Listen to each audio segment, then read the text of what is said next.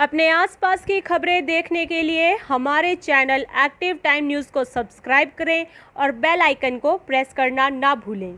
MP MLA किसानों के समर्थन में खुलकर उतरे तो सरकार पर बने दबाव। जनप्रतिनिधि किसानों से मिलने से ही कतराते हैं, इसलिए बढ़ रहा किसानों में आक्रोश। कृषि प्रधान देश से में सारी अर्थव्यवस्था का दारोमदार कृषि पर निर्भर है। किसान चाहे गंगानगर का हो अथवा देश के किसी भी प्रांत का, वह खून पसीना एक कर खेती करता है, फसलों का उत्पादन करता है। इसी के लिए किसान को अन्नदाता कहा गया है। परंतु इसी अन्नदाता को अन्न उत्पादन के लिए, सिंचाई के लिए पूरा पानी न मिले, फसलों को पूरे भाव न मिले तो वह अपने हकूक के लिए सड़कों पर उतरकर संघर्ष नहीं करे तो और क्या करे।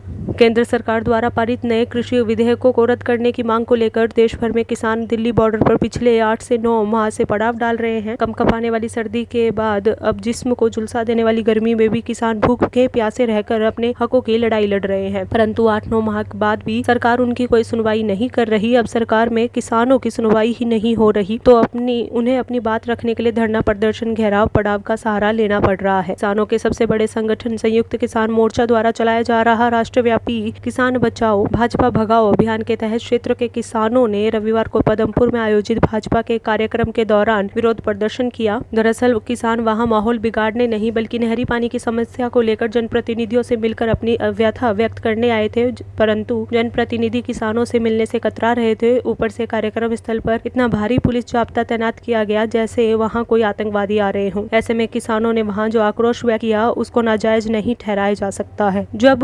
जनप्रतिनिधि उनकी बात ही सुनने को तैयार नहीं है तो वे किसके पास जाए। क्षेत्र से निर्वाचित चाहे वो सांसद हो, पक्ष विपक्ष के विधायक हो या किसी भी राजनीतिक पार्टी के पदाधिकारी हो, सभी की पृष्ठभूमि खेतीबाड़ी से जुड़ी हुई है। इन जनप्रतिनिधियों को तो उल्टा किसानों का खुलकर साथ देना चाहिए। विशेषकर भाजपा के सांसद, विधायकों व संगठन के पदाधिकारियों को तो केंद्र की मोदी सरकार पर दबाव बनाना चाहिए कि किसानों को की मांगे शीघ्र स्वीकार की जाए। राजस्थान की नहरों को तयशुदा हिस्सा का पानी उपलब्ध करवाया जाए ताकि किसानों को सिंचाई संबंधी कोई परेशानी न आए, किसानों को उनकी उपज का पूरा भाव मिले, किसान खुशहाल हो। इसके लिए निर्वाचित जनप्रतिनिधियों को किसानों के साथ खुलकर कंधे से कंधा मिलाकर समर्थन व सहयोग करना चाहिए, न कि किसानों से मिलने के लिए कतराना चाहिए। जनप्रतिनिधियों की किसानों से दूरी किसानों के आक्रोश को और भी बढ़ा रही है, जिससे मजबूर होकर उन्हें धरना प्रदर्शन करना पड़ता है।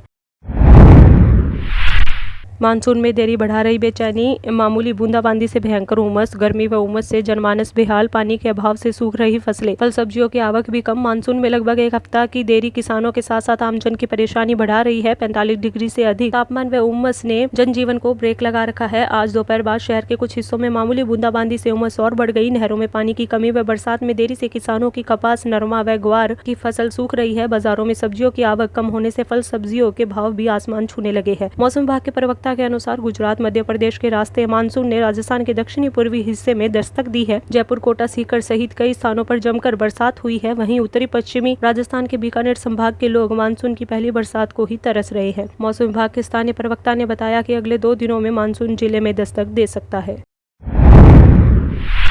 60 दिन में पेट्रोल डीजल की दरों की वृद्धि 10 रुपए लीटर से भी ज्यादा। कोरोना काल में व्यापार, कारोबार, रोजगार मंदे की मार का शिकार है। इसी बीच पेट्रोल डीजल की दरों में आए दिन हो रही बढ़ोतरी ने आम आदमी को परेशानी और बढ़ा दी है। पिछले 60 दिनों में पेट्रोल डीजल 10 रुपए से भी ज्यादा प्रति लीटर महंगा हो गया है। औसतन 10 पैसा प्रति लीटर की दर से पेट्रोल डीजल में बढ़ोतरी हो रही है। श्री गंगानगर जिला मुख्यालय पर पूरे देश में सर्वाधिक दर पर पेट्रोल डीजल मिल रहा है। पेट्रोल डीजल की दरों में बढ़ोतरी से किराए माल भाड़े में भी वृद्धि हो रही है। किराए माल भाड़े में वृद्धि से रेल, बस व निजी वाहनों, टेम्पो के भी किराए बढ़ रहे हैं। टेम्पो से पहले प्रति सवारी 10 रुपए किराया था, जिसे बढ़ाकर 20 रुपए कर दिया गया है। ट्रांसपोर्ट व कार्गो कंपनियों ने भी कोरोना काल में पेट्रोल डीजल से मिलने वाले टैक्स केंद्र व राज्य सरकारों की कमाई का मुख्य जरिया बना हुआ है। राजस्थान में पेट्रोल पर 36% व डीजल पर 30% वैट है, जो पंजाब से कई गुना ज्यादा है। पंजाब में राजस्थान की तुलना में पेट्रोल डीजल 10 से 12 रुपए प्रति लीटर सस्ता है। इसलिए बड़े पैमाने पर राजस्थान में पंजाब से पेट्रोल डीजल की तस्करी हो रही है। सरकार के लिए पेट्रोल व डीजल सबसे बड़ा कमाई का जरिया बना हुआ है। इसलिए सरकार पेट्रोल डीजल को जीएसटी में शामिल नहीं कर रही। जीएसटी में शामिल नहीं किए जाने से अलग अलग रेट तय है, जिससे पेट्रोल डीजल की तस्करी को बढ़ावा मिल रहा है।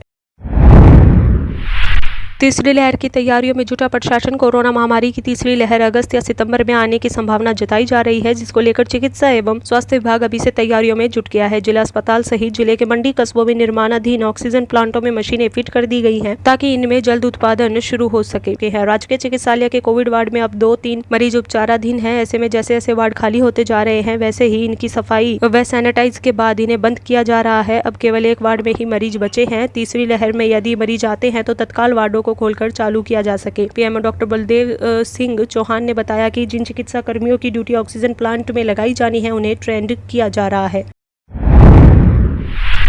पार्षद चेयरमैन पति के नेतृत्व में पहुंचे वाटर वर्क्स कार्यालय। पेयजल सप्लाई बंद होने पर जताया रोष। स्थानीय जलदाय विभाग के वाटर वर्क्स में लगी मोटर जल गई, जिससे कस्बे में जल आपूर्ति बाधित रही। नगर पालिका के कई पार्षद चेयरमैन पति जवाहर लाल अग्रवाल के नेतृत्व में जलदाय विभाग में पहुंचे। पार्षदों ने जेईएन घनश्याम दास को खरी सुनाई, पर जेईएन कोई संतोषजनक उत्तर नहीं दे पाए। मौके पर पहुंचे एईएन पृथ्वीराज किलानिया ने स्वीकार किया कि विभाग के कर्मचारी की लापरवाही से मोटर जली है, जिसकी वजह से पूरी मंडी में पानी की सप्लाई नहीं हो सकी। एएन पृथ्वीराज ने पार्षदों को बताया कि टेक्नीशियन को बुलाकर मोटर दुरुस्त करने के आदेश दे दिए गए हैं। एएन ने पार्षदों को विश्वास दिलाया कि मोटर ठीक होते ही शाम तक पानी की सप्लाई नियमित कर दी जाएगी।